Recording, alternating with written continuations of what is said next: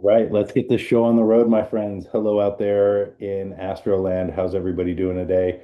My name is Joan Emerson Bell. I'm an astrologer, tarot reader, mental health counselor, and I like to show up each and every Monday at 11-ish Mountain Time to give you all the breakdown on what's going down with this week in space.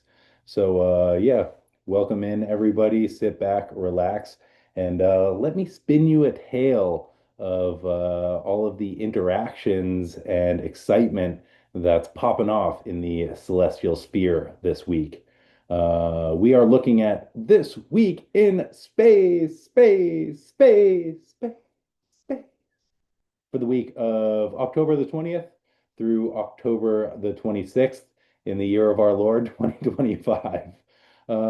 Kicking it off on Monday, October the 20th, we have Mercury in Scorpio conjunct Mars in Scorpio. This is going down at 19 degrees and 11 arc minutes of that fixed water sign. Oh, thank you. Jackie saying that pink is nice on me. Thank you very much. It's my favorite color.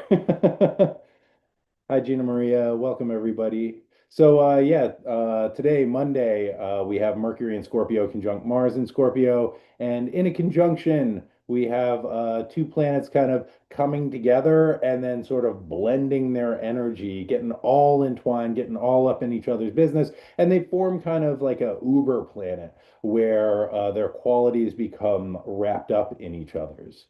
And they become very blended with one another. So with Mercury conjunct Mars, we have the planet of information, Mercury, and communication and thinking, blending with Mars, the planet of anger, aggression, action, conflict, and courage.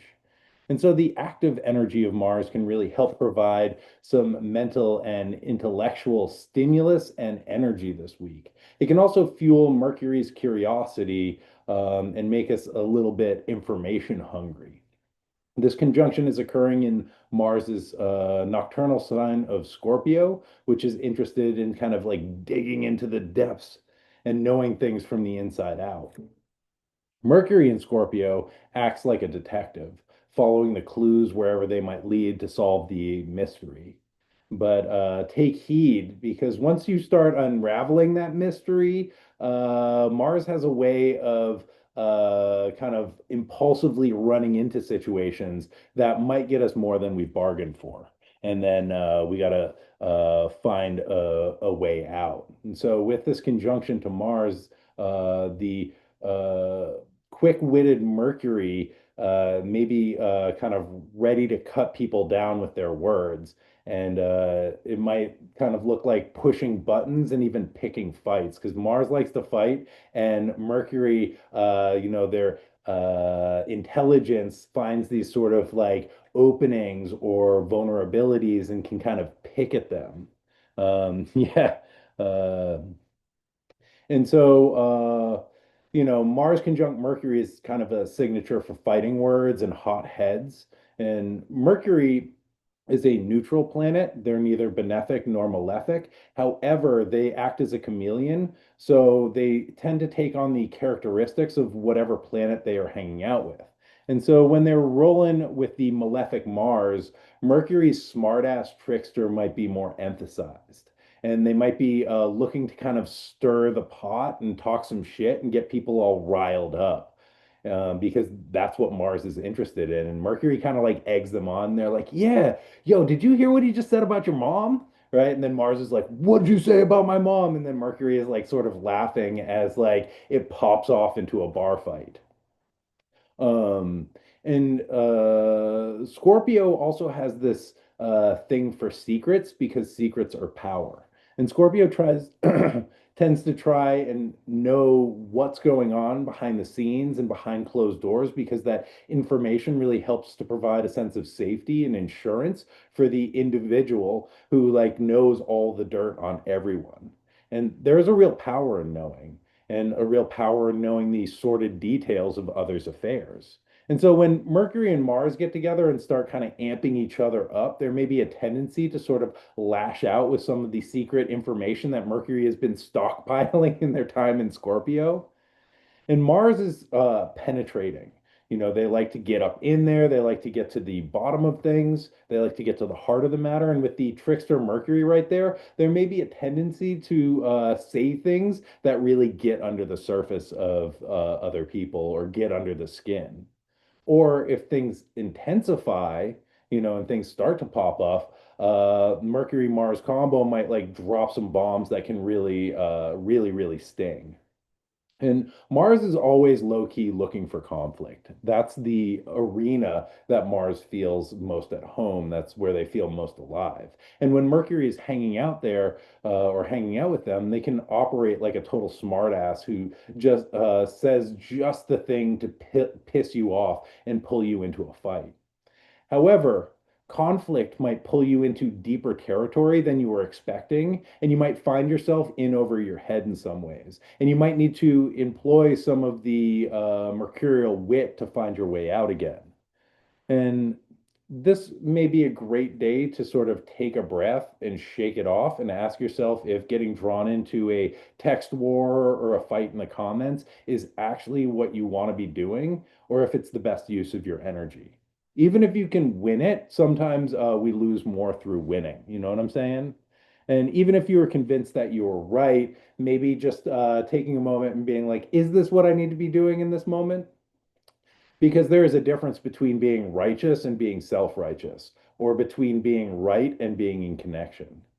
And Mars can be really willful, and the mercurial mind can kind of talk us into almost anything and legitimize anything. Mars has a lot to do with appetite and impulse and desire, and Mercury can really easily find ways of legitimizing the urges that we have or the actions that we want to take.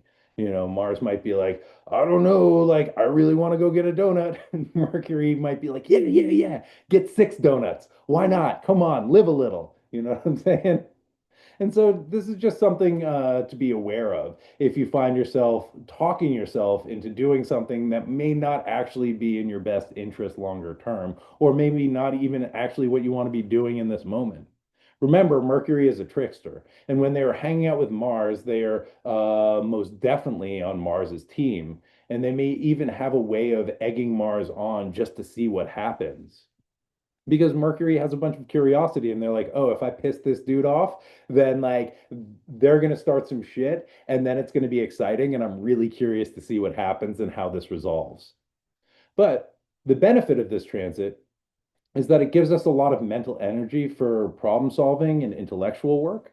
This is a good day to dig into a project or focus on mental activities because there's the energy to support it.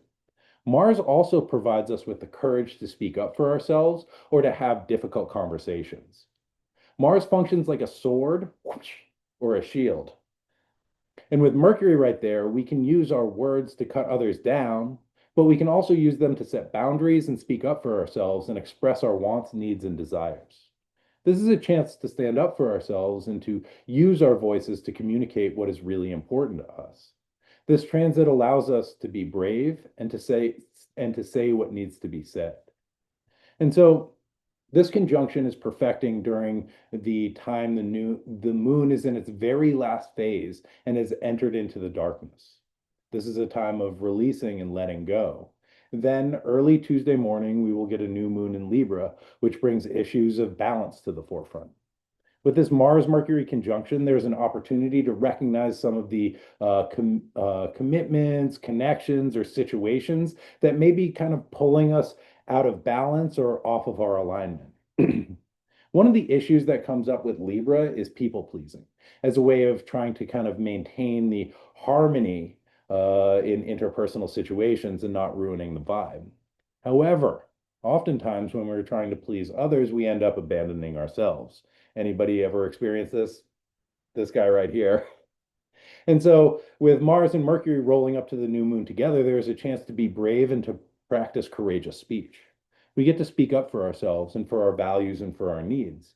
And we get to use Mars's blade whoosh, to cut out some of the things that have been pulling us out of our alignment. And we get to use Mars's shield whapow, to set boundaries that protect that delicate sense of balance that we have been cultivating over Libra season. Hold on, I'm just going to check the comments. Ooh, uh, and Lauren Killstrom saying, I don't need any more intellectual stimulus, uh, and I'm scared in general. Yeah, that's real. And one of the things with the Mars-Mercury conjunction, if we find that like intellectual stimulus kind of building and developing, having projects already set up that we can focus that energy into.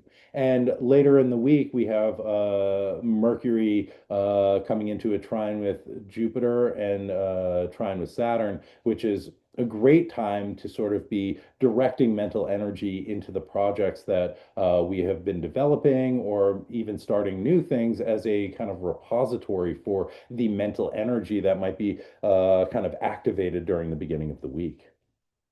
So, Tuesday, October the 21st, Mercury enters their shadow phase, their retrograde shadow at 20 degrees and 42 arc minutes of Scorpio. So, as Mercury reaches this 20-degree mark of Scorpio and they enter into the third decan, they move into their retrograde shadow phase. This means that Mercury will retrograde all the way back to this 20-degree mark at the finale of their retrograde process, which occurs on November the 29th. So Mercury's retrograde will begin November 9th at 6 degrees of Sagittarius and will continue back into Scorpio and move all the way back to that 20-degree of Scorpio mark on November the 29th. We got a lot to talk about, so I'm not going to go too in depth in the Mercury entering their shadow phase. We'll talk more about that when Mercury stations retrograde in what, like 2 weeks on November the 9th. And we'll kind of unpack that whole journey at that time. But I just wanted to give folks a heads up that Mercury is entering into the shadow. And so this is a time to just pay attention to what might be coming up, the sort of mysteries that Mercury in Scorpio is unraveling, because as Mercury retrogrades, we will be going back over these degrees and maybe revisiting some of the themes that are coming up now. So just a heads up around that. And Gina Maria saying, never abandon myself. Yeah, I think not abandoning oneself is a great practice. Easier said than done, but this is one of the reasons that I do this, to bring awareness to some of the themes that might be coming up so we can check in with ourselves before, taking actions that might lead to that feeling of self-abandonment. So we can be like, hey, is this really what I want to do? Where is my alignment? Is this pulling me out of my lane? But we'll be talking about that right now as we get into the new moon in Libra, which is occurring on Tuesday, October the 21st at 28 degrees and 21 arc minutes of that cardinal air sign. This new moon will be exact at 5:25 in the AM, that's Pacific time, making that 8:25 AM Eastern time. So this evening is a pretty good time to be doing your new moon rituals or contemplations or meditations or whatever it is that you want to do tonight. Also, God willing, I will be putting out my guided meditation on my Patreon for the Libra new moon. That should be coming out a little later this evening, so that y'all can, if you are so inclined and you happen to be a member of the Patreon, you can check that out. All right. And Gina Maria saying I was being sarcastic. I see you, Gina Maria. I see you.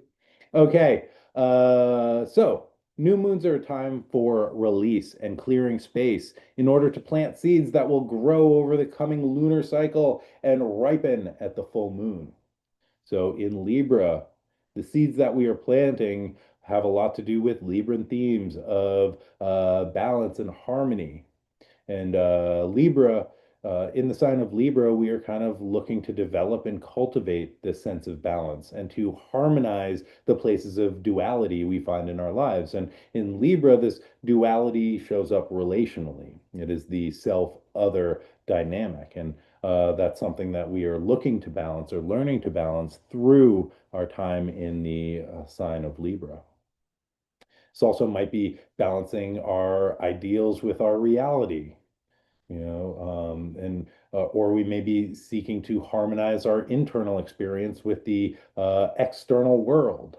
And relationship is a great way of sort of mirroring that because we have our own internal experience and then we come into a relationship with somebody, either intimate partnership or casual friendship or, work relationships or any of the multitude of relationships. And we're like, I'm having this internal experience and somebody mirrors us and it's like, I don't get it, or I validate you, or I see you, or like there seems to be something off here. And Libra is all about trying to sort of harmonize that external world with what's happening internally and sort of updating our internal system to bring it into harmony with the external world and vice versa. We have a lot more control, sort of. We have a little bit more control over our internal world than we do the external world. But Libra being an air sign, we use communication to try and create that harmony. And so, yeah, and I think at the sort of core of this is this idea of finding that balance point where we can bring the disparate pieces of our experience into better alignment and find that center point within ourselves. And so, when we are able to connect in with our own internal balance, we can weigh the relationships in our lives with that centered sense of alignment. This allows us to recognize the places where we may be reaching for something external or swerving out of our lane to get something from others that we are not quite able to access in ourselves. But when we're able to approach our relationships, and again, not just intimate partnerships, but friendships and any meeting with the other from that place of internal balance, then these relationships become a joyful addition to that inner connection and deep sense of alignment that we have already created within ourselves. In this way, relationships are no longer a search for a missing piece of our lives or reaching for validation or love or acceptance. That in these things, we are learning to provide for ourselves as we come into that sort of balanced inner alignment. And when we can practice this, we start finding that relationships that feel out of balance in some way start to fade away, and we have less time and space for that kind of reaching and grasping or people pleasing or validation seeking or any of those sort of strategies that we might have indulged in the past.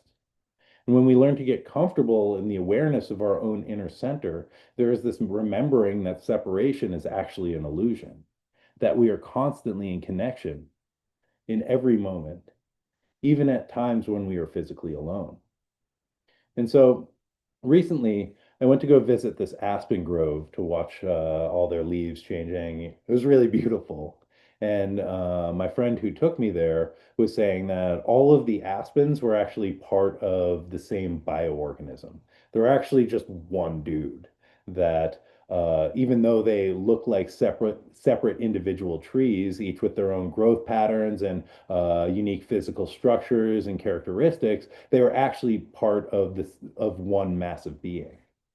And that same being expresses itself in a multitude of different ways. And I think us humans are very similar.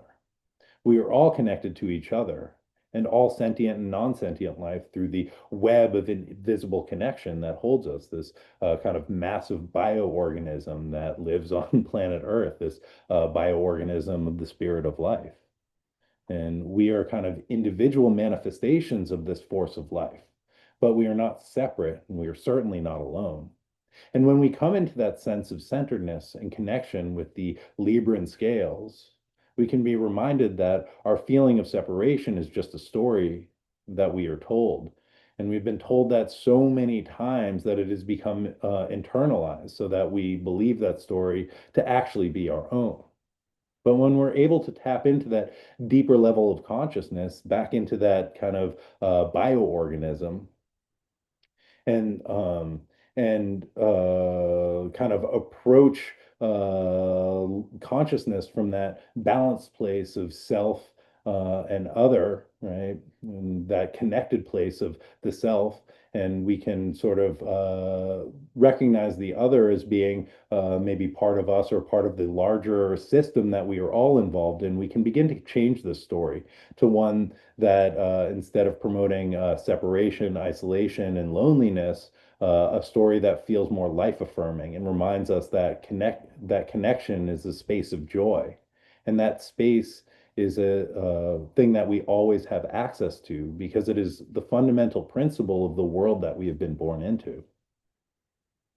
So, moving right along to Wednesday, October the 22nd.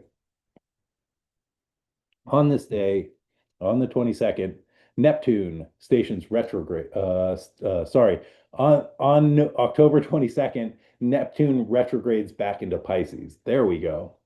So, just a little overall view. Neptune stationed retrograde on July 4th this year at 2 degrees of Aries.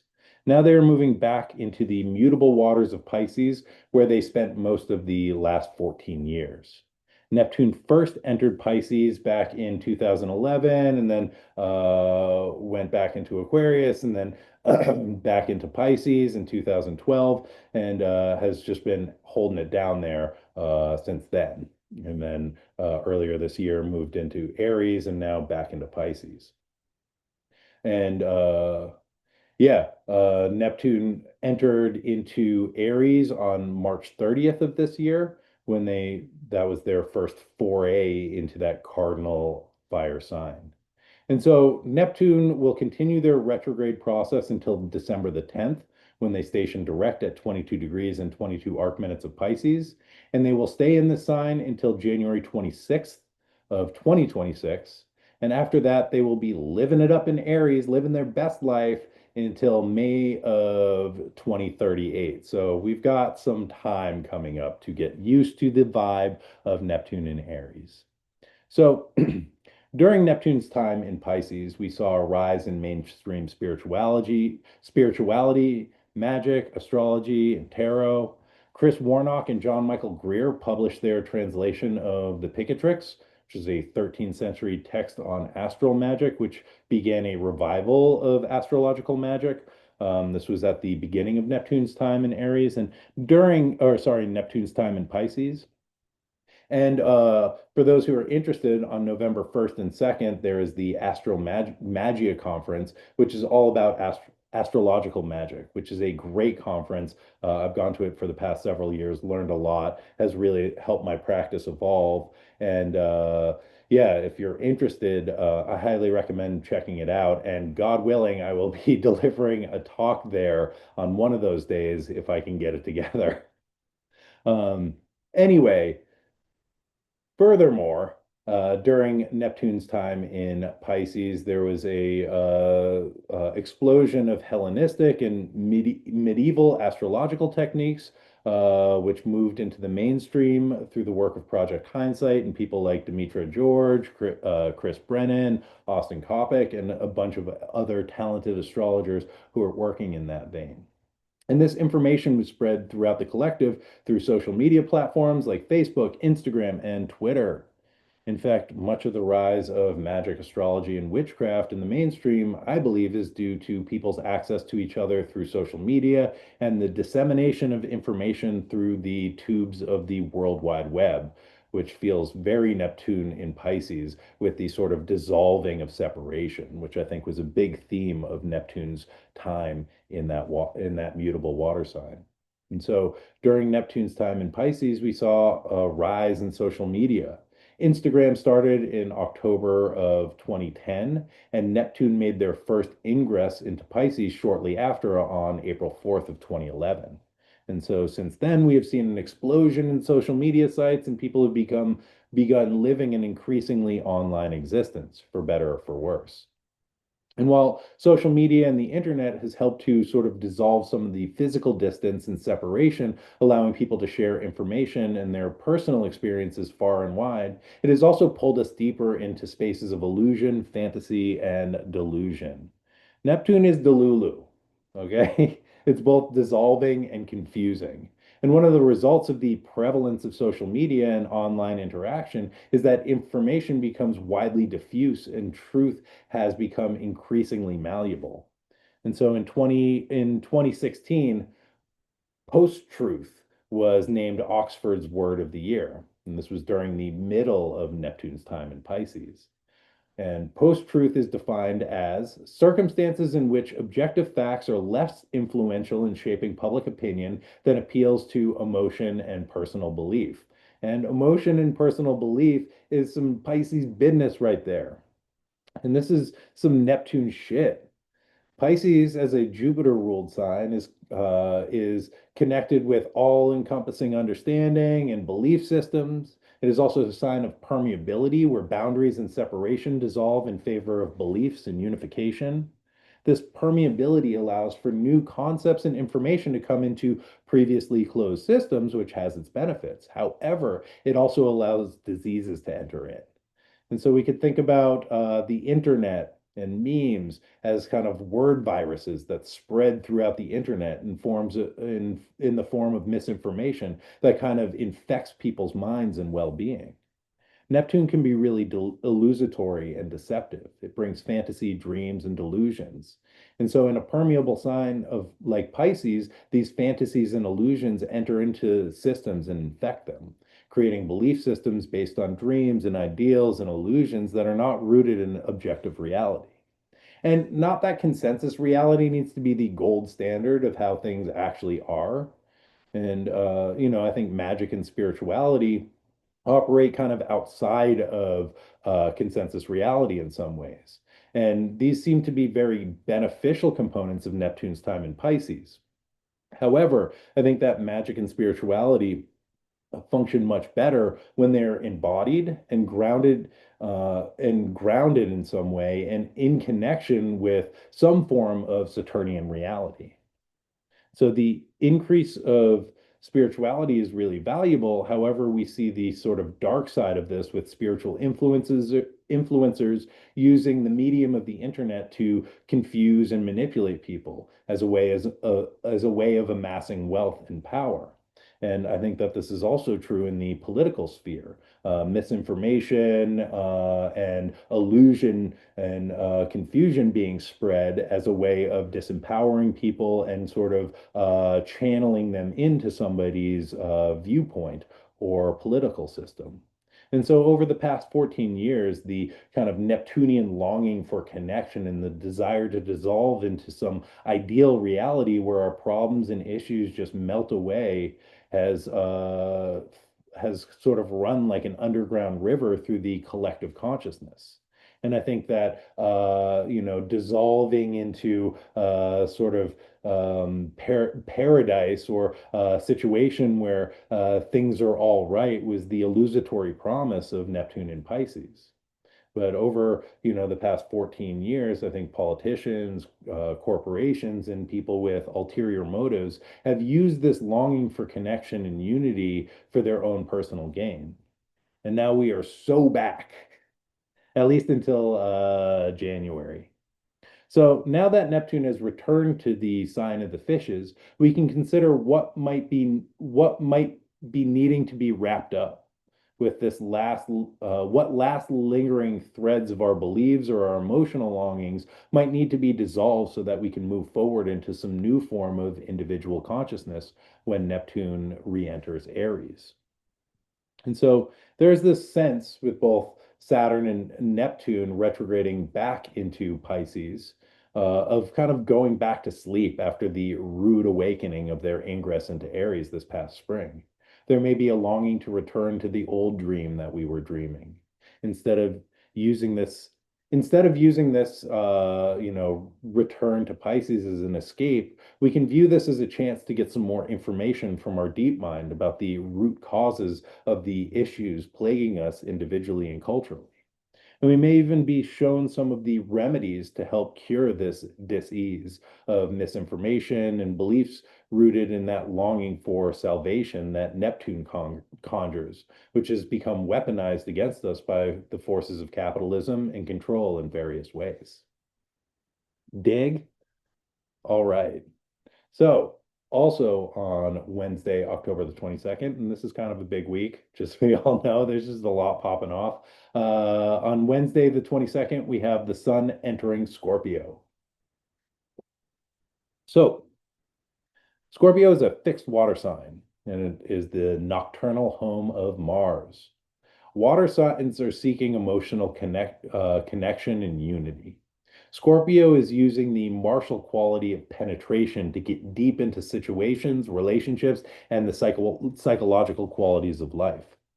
Scorpio. Oh, what's up? One of my favorite Scorpios just entered into this. What's up, Jesse Brown? Nice to see you, my friend. Right on time. This is for you.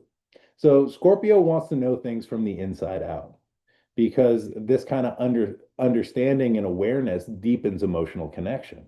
When we dig down below the surface, we encounter the deeper truths of life, and we also get access to the deeper truths of an individual or a situation. And so, in this digging process, we also encounter some of the uncomfortable material that is below the surface, like shame or trauma, and all the things that have been repressed and kind of shoved into the darker corners of the psyche and layered over by, dirt and concrete and buildings and all that stuff that we maintain above the surface. But when we start digging and digging, we sort of get access to these darker corners of the psyche and the things that have been shoved there because they are uncomfortable or unacceptable. And so these places are incredibly vulnerable. But Scorpio has this amazing capacity to be with this material. And in many cases, it kind of seeks it out, it hungers for it. And so it is this area of vulnerability and that access to that vulnerability that develops strong and lasting emotional bonds. And Scorpio, as a fixed water sign, is interested in sort of creating these deep connections and maintaining them for the long run. There is a dedication in the Scorpio. And there's something incredibly intimate about this space of emotional vulnerability and connection that can be formed through allowing oneself to be seen in such a raw way. And there's also great potential for transformation when people are allowed access to that deep raw material. And I've heard, and I've said this here before, but I've heard that the recipe for intimacy is vulnerability plus trust. And that is what allows for that space of deep connection. And the sign of Scorpio is looking for this level of intimacy and intensity, but it requires developing enough trust to allow for that vulnerability. However, that level of trust and vulnerability kind of needs to go both ways. You know what I'm saying? Because Scorpio can kind of operate like a therapist and just sit there. How's that make you feel? Oh, right? Not like really disclose anything about themselves, just sort of like drawing it out from other people, you know? And the scorpion, right? The mascot of Scorpio is an armored creature with a poison tail that moves through the world ready to kind of strike at anything that gets too close. Because the scorpion doesn't trust anything but itself. And you know what? Real talk, I kind of don't blame it.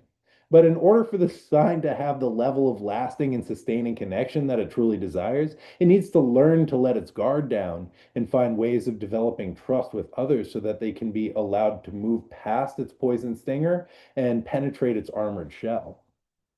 Without this level of trust, and this is like a two-way street, you know what I'm saying? Without this level of trust, Scorpio moves through life kind of gathering information to hold over others just in case they need to use it to keep people close to them or to retaliate in situations where they might feel threatened. Whoa. Oh man. Ugh. Give me a second. We had a glitch in the matrix. Pardon me. Let me get back to where I am in my notes. I know. I know. God, I wrote so much on this one. All right. Here we go. Do-do-do. All right. Yeah. Do-do-do. Or we're back. Okay. Or a Scorpio can move through the world kind of creating trauma bonds and only being able to feel kind of meaningful connection through difficulty and intensity. And like this is great in some ways, but like I don't know if those are like the only connections that need to feel fulfilling. The capacity for being able to be with people's difficulty and trauma and pain is one of Scorpio's superpowers, but we want to be able to form emotional bonds that are not only forged in the intense fires of trauma and challenge and difficulty. And so, as the sun moves into Scorpio, we are in the fixed era of fall. And when the sun entered Libra, we kind of began this downward descent into the darker times of the year, at least in the northern hemisphere. And now we are here and we're all up in it. And this is the time of the last harvest, the culling of the herd, where livestock that will not make it through the winter is traditionally slaughtered and their meat is consumed and stored for the long winter months ahead.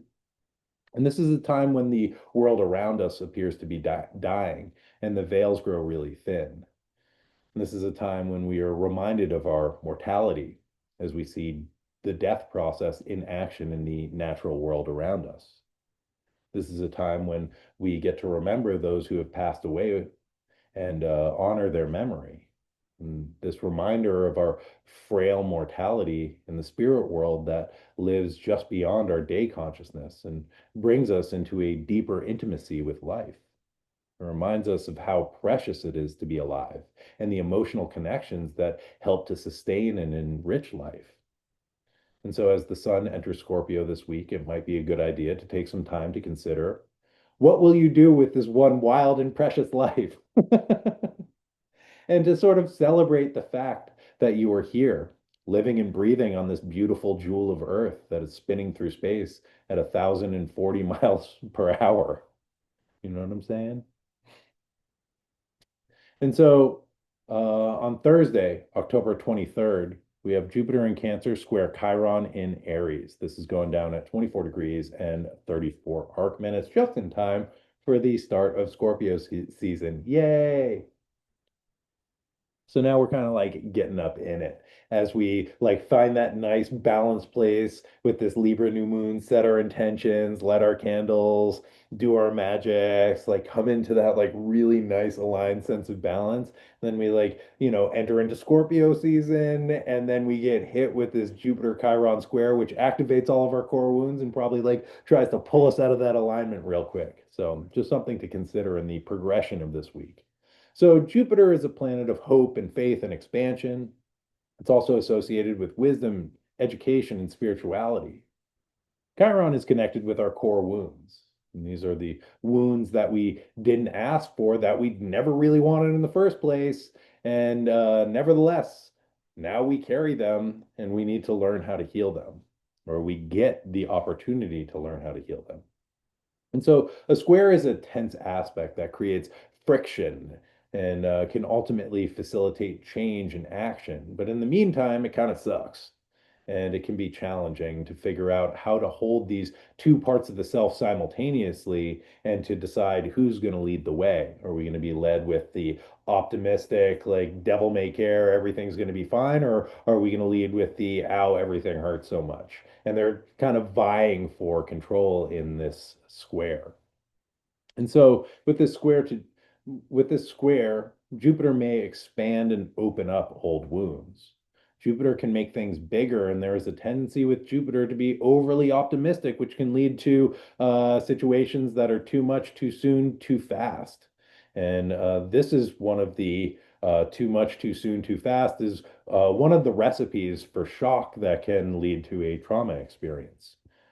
Jupiter may feel like it's totally fine. I got this. What could possibly go wrong? And then it activates this Chiron core wounded part of ourselves, which becomes activated and dysregulated. And so trauma is kind of an interesting thing. It lives outside of the space, it lives outside of space and time.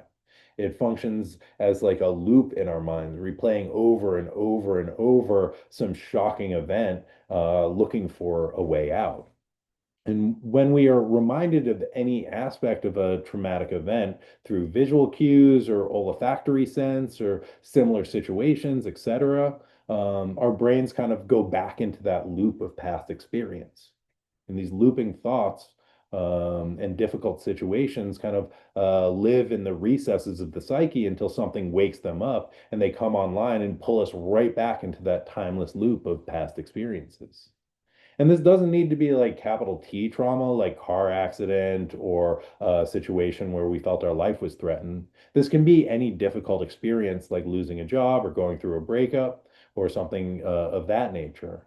And the feelings of disappointment and loss that can become reawakened and sort of overtake us. You know, you feel it as a tightness in the chest or in the belly or like a little bit of nausea. And these experiences are most likely tied to each other, and often earlier instances of sadness, disappointment, and loss, which become reactivated through whatever reminder kind of activates that Chiron well of the core wound. And I've heard it said, if it's hysterical, it's historical. You know what I'm saying?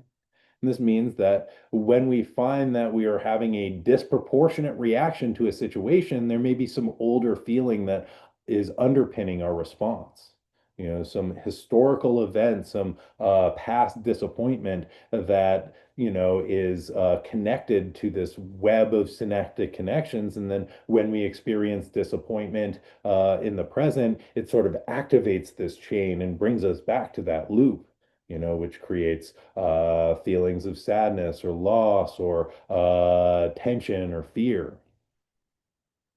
And so the Jupiter square may open up some of these old wounded places, which can provide us with an opportunity to recognize where these pain points live in us and to increase our capacity to be with that discomfort. Can even provide us with an opportunity to follow the trail of clues back into the origin of some of these difficult feelings. Jupiter is about wisdom, and Chiron is a teacher, and ultimately turning towards the difficulty we may be experiencing through this transit can give us valuable information around the root causes of our suffering, as well as some insight into what might be needed in order to heal. Jupiter not only helps us to expand our capacity to be with these painful places, but it also reminds us that it is the places where the heart breaks that allows the light to get in. Is these cracks and fissures that are created when our heart breaks open that allows us to love more fully and to develop the compassion to truly love and care for others. This transit might also show up as wounds around belief. Jupiter deals with our philosophy about life and the story or the larger mythic narrative that we are living out. And so this square can bring up stories that life is suffering. And I don't know if anybody else had that story this guy has, you know, which has has truth to it, but it's also not the end all be all. And I kind of like the Buddhist idea that suffering is a feature, not a glitch in the system of living. But recognizing it kind of normalizes that experience. It takes it away from being personal and returns it to a collective and shared experience, which somehow makes it a little easier for me when I'm not just the victim of cruel circumstance, condemned to suffer alone by a cold, unfeeling, and distant God. On the contrary, it is just a part of this thing called life and something that we all get to experience in our own ways. And that can allow for greater connection and deeper connection. But Chiron can kind of latch on to the suffering part of the story and kind of wallow in it. And without recognizing how that can bring us into deeper connection with our faith and with each other by recognizing, oh, this is like something that we all get to share.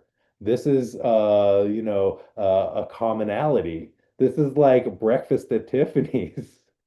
You know, this is something that, you know, we all experience. And through this shared experience, it can bring us closer together, especially during Scorpio season, where Scorpio has that beautiful capacity to be with this suffering, to be with the difficulty. And, you know, it reminds us that when we turn towards the suffering, how it can open pathways to ease not just our own suffering, but the suffering of others around us. And this is what Chiron's really about, is sort of working through that core wound to be able to support other people and help other people to heal, and also to be able to teach the tools and techniques and tips that allow them to move through this. So, Friday, October the 24th, the Sun in Scorpio squares Pluto in Aquarius. This is occurring at 1 degree and 23 arc minutes of these fixed signs.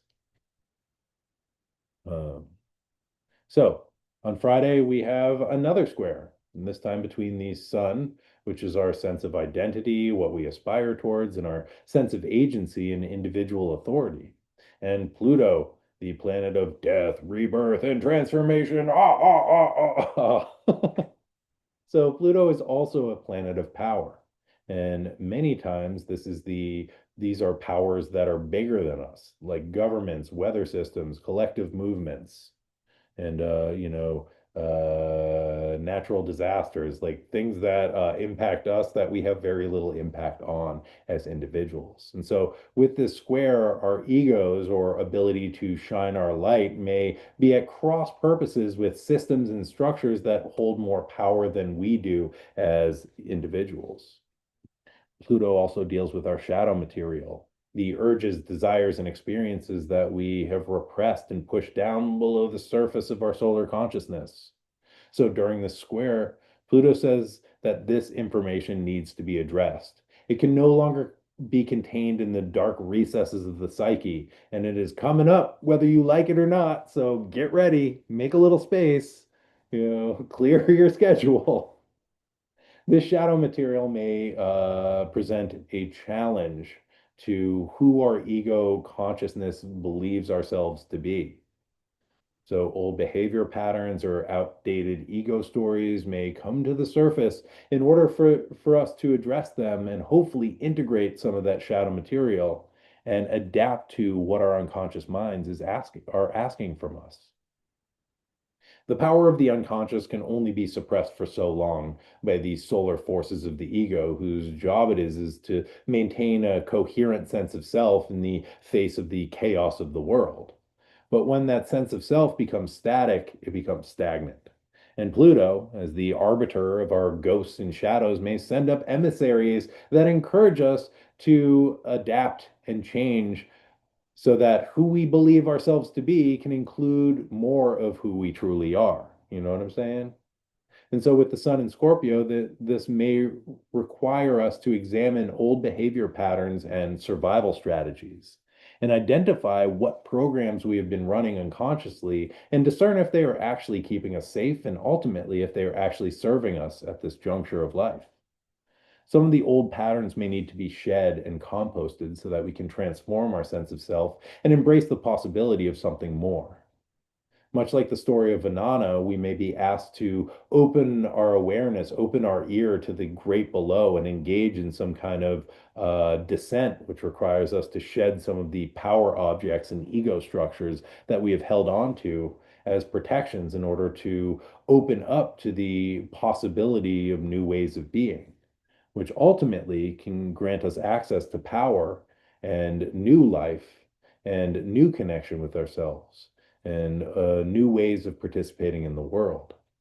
And so the square gives us a chance to be with and integrate some of the more shadowy parts of our psyches. And this integration allows for greater access to power in the long run. So also Friday, October the 24th, we have Mercury in Scorpio trine Jupiter in Cancer. This is going down at 24 degrees and 37 arc minutes of these water signs. So the trine is a harmonious and free-flowing aspect where two planets can really help to support each other. In this case, we have Mercury trine to Jupiter, which can help us think about the bigger picture and assist us in making plans for the future. Mercury is about information and information exchange, and Jupiter is a planet of expansion. So this transit can help us to integrate that sort of Sun-Pluto square and the Jupiter square to Chiron as we experienced earlier in the week through gathering information and talking to other people and hearing about their experiences of life in these transits. Mercury's curiosity can help us to really gather that information. Jupiter can help us to put it into a coherent narrative that allows us to make sense of our recent experiences. It also helps to foster goodwill through the exchange of information and bring us into a deeper sense of connection.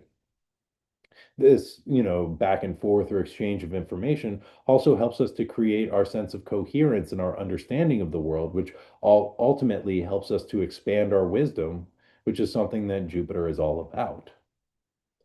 It also allows us to update our philosophy about our current life. which informs our internal working model, which is basically the mental filter through which we receive and process information. So, as we expand our philosophy and update this internal working model, it can shift the ways that we perceive and experience the world. This transit can help us to expand our mind and the filter which we are using to see the world, which allows us to perceive a greater range of potentials and possibilities. And who doesn't like a greater range of potentials and possibilities? You know what I'm saying? This allows us to make choices from a more abundant place, knowing that we have a range of possibilities that we can choose from. So, Jupiter's optimism also helps us to have that positive mental attitude and to see things from a more positive perspective. And positive thinking is not by any means the end all and be all, but it is a helpful approach and a supportive way to see the world when we can view it with a sense of optimism. And it can create a sense of ease and well-being, which allows us to feel more resourced when we're moving through the world. And I have found that making choices and decisions from a more resourced place, I am able to make better choices and decisions. When I'm making these choices and decisions from a place of scarcity, when I feel like I don't have very many options, I usually end up choosing something that doesn't actually benefit me. You know what I'm saying? Or puts me in a more difficult situation. This trine may also provide some information to counteract old stories of suffering that were dredged up with the Jupiter Chiron square, which I think may be really helpful in shifting some of our core narratives. But because humans have a natural negativity bias, which means that our brains sort of imprint negative experiences much easier than positive experiences, when we experience positive things, we really need to soak it up and sort of sit with it and like push it into us and like allow it to penetrate our cells for about 10 to 30 seconds so that we can actually remember that good things do happen. And we're not always just waiting for the other shoe to drop or continually scanning for danger. So this week, if you notice something good, if something good happens, if you're feeling good about yourself, try and sit with it, hold it, update all of your cells with this good information because it will benefit you in the future because it's so easy to take in bad experiences because that has helped us to stay alive and to evolve as a species, you know. Okay, this brings us along to Saturday, October the 25th. And when we have Mercury in Scorpio trining Saturn in Pisces, this is the last transit of the week, which will be going down at 26 degrees and 6 arc minutes of these water signs. So Mercury coming in to help form a grand water trine with Jupiter and Saturn, Mercury, maybe helping to communicate between the greater benefic Jupiter and the greater malefic Saturn and the Jupiterian powers of expansion, the Saturnian powers of contraction, and Mercury as the psychopomp, the messenger, the guide, maybe like helping to modulate our expansion and contraction, which is a great balance to have because all of life is about expansion and contraction. This is how we digest food. This is how we breathe. This is how babies are born, through this process of expansion and contraction. So here we have another supportive aspect from Mercury, this time a trine to Saturn. This helps us to get serious about our thoughts. This is a good day for focused mental activity. Saturn likes maturity, commitment, and dedication. And so coming off of Mercury's trine to Jupiter, we can take that positive mental attitude and optimistic thinking and apply that to conversations or focused mental activity and the sort of mental activities that we choose to commit to. Both of these transits help us to sharpen and focus our minds. And a question we might want to ask ourselves as we move into the weekend is what is worthy of my mental attention? Because your mental attention is incredibly precious. And, I find myself disassociating on my phone a lot of the time. And, not my favorite thing to do, but I just get sucked into the black mirror and like basically it just robs me of my attention like a dementor. And, so we can consider what do I really want to focus on? Where do I want to give this precious attention? And so this is a great time to pay attention to the details of whatever we're engaging in, as well as recognizing the structures of the bigger picture that we're operating within. This is a great day to lock the fuck in. It's a good time to work on projects that require organization and structure. And there is an increased awareness of both the details and how they fit into that bigger picture, which can be really helpful. And so while Mercury's trine to Jupiter was good for connecting with other people and learning about their perspectives, this trine to Saturn may make us a little bit more withdrawn and focused on our own personal or internal work. Saturn is a bit of a hermit and a curmudgeon. And we may want to retreat a little bit and just focus on ourselves or contemplate what we have been learning and considering the ways we might want to organize all of the many thoughts that we have had over this very mercurial week and what we might want to do with them and how we may want to structure whatever that output can look like. Either way, Mercury's critical abilities are sharpened by this transit, and we may get a sense of clarity and focus that we can utilize in productive ways if we find good outlets for our attention over the weekend. And with that, my friends, uh, we have reached the end of another exciting edition of This Week in Space. Again, my name is Joan Emerson Bell. I am a tarot reader, astrologer, mental health counselor. If you are interested in getting a little bit more support about what might be going on in your own personal life, you can hit me up on Instagram at Blind Stallion Space Wizard or check out my website, campwizardcamp.com, and book a reading, tarot reading, astrology reading. I also do astrological themed coaching. If you're interested in that, just hit me up. We can talk. We can figure out a time and a place to meet. Also, yeah, I am going to be giving a talk at the Astro Magia conference about the element of water and some of the magical qualities of that element, as well as the ecology and psychology and astrology associated with the elemental water. So if you're so inclined, check out Astro Magia. It is a great conference on astrological magic that's going down November 1st and 2nd. And that conference, I've been going to it for a number of years, and it has really helped me to develop not just my magical practice, but also my astrological practice as well. So yeah, check that out. It's going to be great. Good way to come down from the Halloween extravaganza, however you choose to experience that.